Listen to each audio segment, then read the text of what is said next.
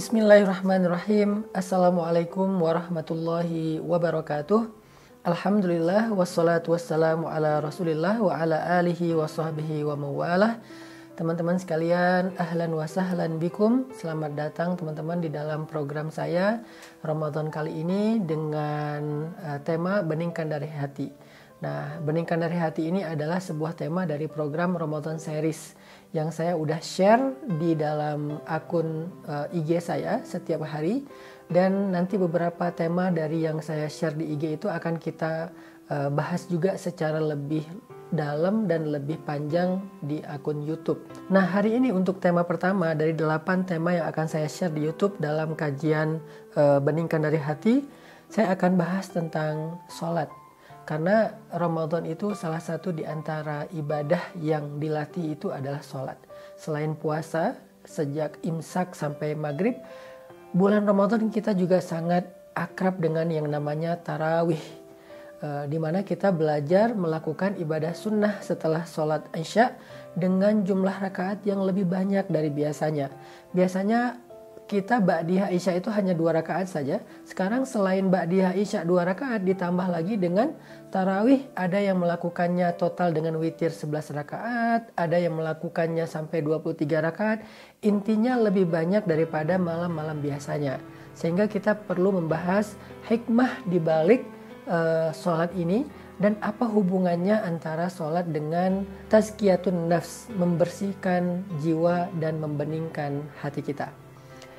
Teman-teman yang dirahmati Allah Subhanahu wa taala, suatu ketika saat Nabi sedang lelah, sedang capek, sedang banyak kerjaan, sedang sibuk, Nabi SAW memanggil Bilal bin Rabah, muazzinnya Rasulullah SAW. Nabi berkata kepada Bilal, "Ya Bilal, arihna bis shalah." Wahai Bilal, istirahatkan kami dengan sholat. Kalimat ini singkat tetapi dalam banget maksudnya. Nabi bisa aja bilang ke Bilal, "Wahai Bilal, kumandangkan azan. Wahai Bilal, panggillah orang untuk sholat."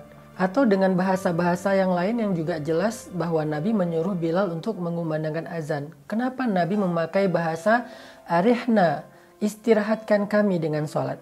Ternyata buat seorang Rasulullah SAW dan para sahabat, sholat itu bukan beban.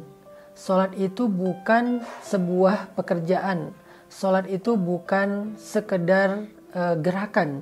Tetapi sholat itu adalah rohah, rehat, istirahat. Nah, pertanyaannya, kita bisa nggak kayak gitu? Kita bisa nggak sholat itu berasa lagi break? Sholat itu berasa lagi santai?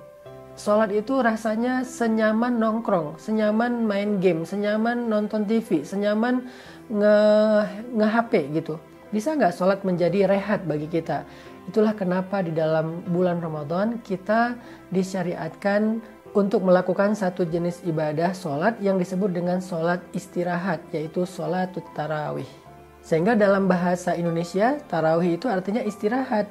Di bulan Ramadan kita sedang dilatih gimana menjadikan sholat sebagai istirahat seperti yang Nabi lakukan bersama dengan para sahabat. Arihna bis sholah wahai Bilal. Wahai Bilal, istirahatkan kami dengan sholat. Karena banyak dari kita pulang tarawih itu istirahat. Padahal tarawih itu sendiri adalah sebuah istirahat. Berarti kalau kita pulang tarawih masih butuh waktu istirahat, itu artinya sholat kita nggak istirahat, bukan tarawih. Apalagi yang pulang tarawih itu berkeringat sampai basah bajunya, berarti dia bukan lagi sholat istirahat, bukan lagi sholat tarawih, tetapi dia lagi treadmill mungkin, atau lagi olahraga mungkin, atau lagi sempatkan berkeringat mungkin, bukan lagi tarawih. Nah, sekarang kita pengen belajar gimana caranya sholatuna hiya rohah, sholat kita menjadi istirahat bagi kita seperti Nabi dan para sahabat. Apa rahasianya biar sholat kita bisa menjadi rohatun nafs, rehat bagi jiwa? Pernah nggak jiwa kita ngerasa lelah, maka istirahatnya dengan sholat? Pernah nggak perasaan kita merasa capek, merasakan sedih, capek karena kecewa, capek karena baper, capek karena bete, capek karena bosan? Butuh istirahat kan jiwa kita atau perasaan kita? Harusnya istirahat jiwa itu adalah sholat. Karena ketika Nabi dalam keadaan capek, dihina, dimusuhi, ditentang, diperangi oleh orang-orang kafir Quraisy, Nabi pulang ke rumah pengen tidur karena Nabi pikir tidur itu bisa jadi healing, makanya Nabi tidur di rumahnya. Ketika Nabi sedang tidur, Allah bangunin. Ya ayyuhal muzammil, wahai orang yang sedang berselimut, yang lagi tidur, kum, bangunlah. Illa qalila, kumil laila illa qalila. Bangunlah di malam hari walaupun sebentar. Kenapa? Karena ternyata tidur itu nggak jadi rehat jiwa, dia hanyalah rehat fisik. Jiwa kita tidak akan rehat kecuali dengan ibadah, terutama sholat kepada Allah Subhanahu wa Ta'ala. Jadi buat teman-teman yang pernah ngerasain atau bahkan mungkin sering, saya juga ngerasain ya, capek perasaannya, capek hatinya, capek pikirannya, sampai nggak bisa tidur, insomnia, overthinking, segala macam. Ternyata rehat bagi pikiran kita, rehat bagi jiwa, hati dan perasaan kita itu adalah sholat. Dan menjadikan sholat sebagai rehat jiwa itu dilatih dengan sholatut tarawih sepanjang bulan Ramadan. Sekarang kita pengen tahu apa rahasia agar sholat kita menjadi rehat. Nanti kita latih di bulan Ramadan. Apa rahasianya?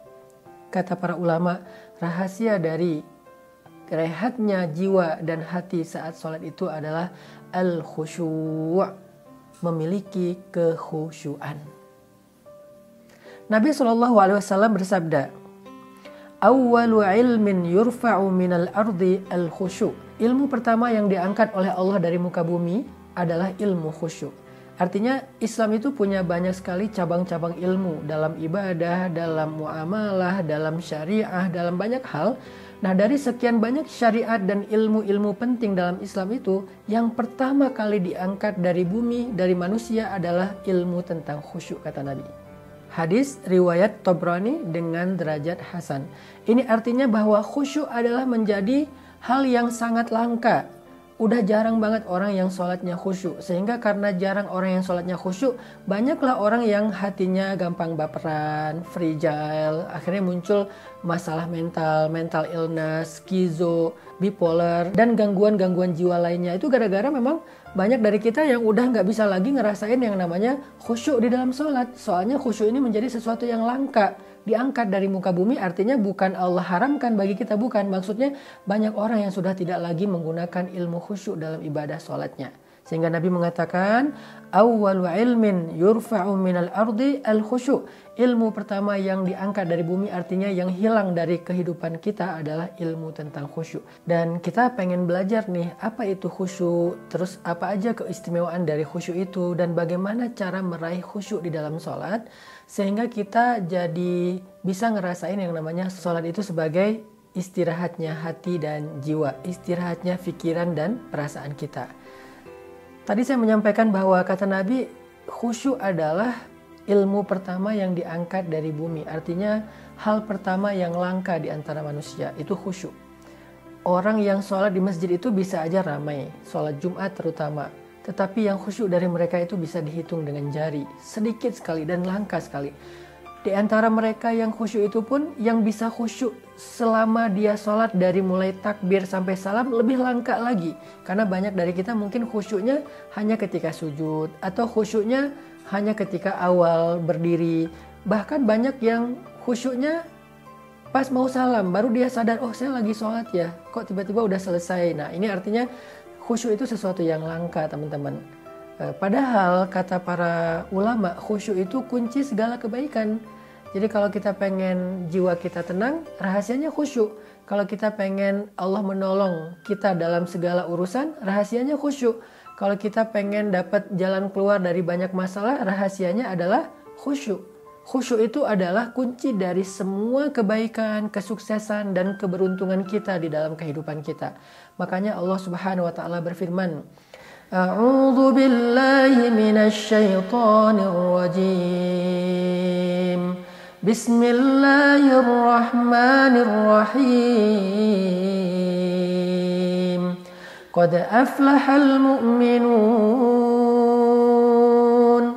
Qad aflahal mu'minun alladzina hum fi salatihim khashi'un. Sungguh beruntung orang yang beriman. Sungguh sukses dan bahagia orang yang beriman apabila mereka di dalam sholatnya khusyuk. Karena Allah Subhanahu wa Ta'ala menjadikan sholat sebagai jalan datangnya pertolongan dari Allah, menjadi jalan datangnya kasih sayang dari Allah. Maka kalau sholatnya rusak, maka pertolongan gak akan sampai kepada kehidupan kita. Allah berfirman, Bismillahirrahmanirrahim. Ya ayyuhalladzina amanu ista'inu bis-sabri was-salah. Wahai orang yang beriman, mintalah pertolongan Allah dengan sabar dan sholat. Ini artinya, sholat itu cara kita mengundang pertolongan Allah ketika kita punya masalah. Dan pertolongan Allah itu bukan hanya terhadap masalah-masalah kecil. Kita bisa banget mengundang pertolongan Allah terhadap masalah yang paling besar dalam kehidupan kita. Pernikahan di ambang perceraian, anak sakit keras, kita hampir dipecat dari pekerjaan, bisnis kita ditipu orang, banyak masalah besar yang kita alami, kita undang pertolongan Allah dengan sholat. Tapi bagaimana kalau sholat kita tidak berkualitas, sholat kita nggak khusyuk, maka kita nggak bisa mengundang pertolongan Allah. Berarti khusyuk adalah kunci datangnya pertolongan Allah lewat sholat kita. Ini diantara pentingnya belajar khusyuk. Insya Allah pada sesi berikutnya nanti di YouTube saya akan sharing kepada teman-teman gimana cara kita belajar khusyuk. Apa aja yang harus kita siapin di dalam sholat ketika kita pengen dapat sholat yang khusyuk. Barakallahu fikum.